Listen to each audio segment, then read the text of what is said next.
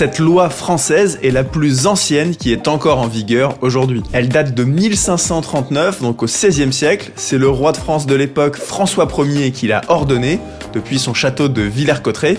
Et parmi les 192 articles, il y en a encore 2 qui n'ont jamais été abrogés. En fait, ces 2 articles, ils sont notamment connus parce qu'ils ont définitivement instauré la langue française comme la langue officielle du royaume, notamment pour les sujets de justice et d'administration. Parce qu'il faut savoir que jusque-là, tout était rédigé en latin, une langue de l'élite, mais qui était très rarement comprise par le reste du peuple. Et donc forcément, quand les gens ne comprenaient pas les lois, il était difficile pour eux de les respecter. Mais contrairement aux idées reçues, cette loi indique aussi que les textes doivent être rédigés dans les autres langues utilisées en France. Toujours dans cette logique d'être accessible au plus grand nombre. Parce qu'à l'époque, même le français était considéré comme une langue de l'élite, parlée principalement à Paris et à la cour du roi, tandis que le reste de la France parlait principalement des langues régionales, comme l'occitan, le